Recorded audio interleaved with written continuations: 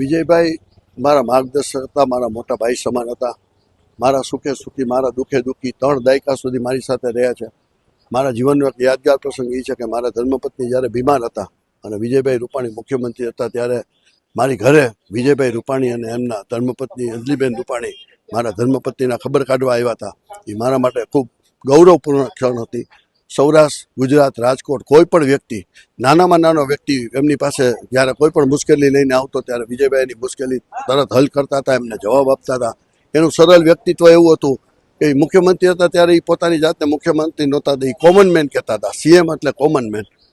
આ ખોટ ક્યારે પણ રાજકોટ માટે કે સૌરાષ્ટ્ર માટે ક્યારે આ ખોટ કદી નહીં પૂરી શકાય. અને આ ખોટ એવી છે કે મારી પાસે કોઈ શબ્દો નથી વિજયભાઈ માટે કે આ ખોટ છે કે આવતા એને રાજકોટ માટે જે આપ્યું છે આવતા 100 વર્ષમાં હવે કોઈ રાજકોટને આપે એવી કોઈ શક્યતા નથી. ઘણા બધા વિકાસ કાર્યો, નવું રેસકોર્સ છે, પછી ઇન્ટરનેશનલ એરપોર્ટ આપ્યું છે રાજકોટને, એમ્સ આપી. હજી રાજકોટમાં ક્યારે પણ આ 2 વસ્તુ શક્ય જ નહોતી, ઇન્ટરનેશનલ એરપોર્ટ ને એમ્સ.